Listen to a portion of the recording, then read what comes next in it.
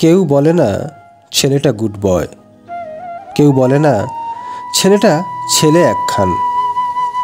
সে যখন প্রাইমারি স্কুলে ছড়ার থেকে ছড়িয়ে দেওয়ায় পড়ে থাকতো তার মন। এক পায়ের তাল গাছ, টুনটুনির বাসা, রাখালের আঁকাবাঁকা গায়ের পথ অতিক্রম করে ফিরত সে রোজ সন্ধ্যায়। এর জন্য পানিশমেন্টও আছে, বিষ্ণু মাস্টারের বেত্রাঘাত, না হয় 1 ঘন্টা নীল ডাউন।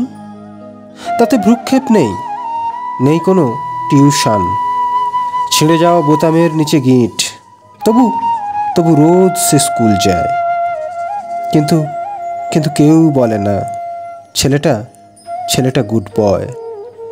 ছেলেটা যখন হাই স্কুলে শ্রীকান্ত নরনের ভূত চাপে তারে, আদিবাসী ছেলেদের সাথে শুধু পড়াশোনা বাদে।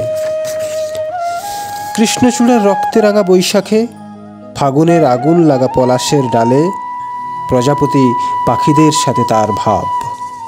মেঘের মতো মন তার, আলোর সাথে লুকোচুরি খেলে তারাদের দেশে।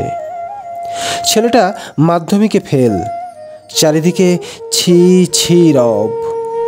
পাশাপাশি ফার্স্ট বয় চশমার তলা দিয়ে কয়, হা ভাতা মূর্খ, পড়াশোনা কি তোর দ্বারা হয়? সেই ছেলেটা পাড়ায় পাড়ায় ফুটবল খেলে, দল বলে গাছের গোড়ায় জল ঢালে, গুনগুনিয়ে গায়, এই করেছ ভালো নিঠুর হে, এই করেছ ভালো। কে কি করেছে জানি না, তবে ছেলেটা রোজ দিদিমণির শাড়ি ওয়াশ করে, স্যারের বাজার ব্যাগ গাড়িতে তুলে দেয়, প্রণাম করে নববর্ষে তবিয়ত জিজ্ঞাসায়। অপবাদও আছে তার, সে যে লুকিয়ে লুকিয়ে সিগারেট খায়, তাই তো কেউ বলে না ছেলেটা গুড বয়।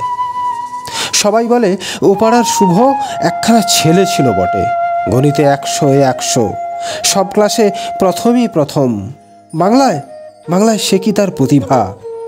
তাই তো সে আমেরিকায়, বাড়িতে তার 4-4টা কুকুর, গ্রিন হাউসে অর্কিডের জঙ্গল, বিবেকানন্দের আদর্শে সে নাকি জীবে প্রেম করে।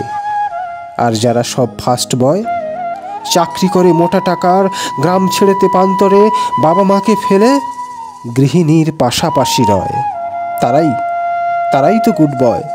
কিন্তু কিন্তু যে ছেলেটা মাধ্যমিকে ফেল করা, চায়ের দোকানে কাজ করা, দিদিমণির শাড়ি ওয়াশ করা, সেই ছেলেটা কি গুড বয়?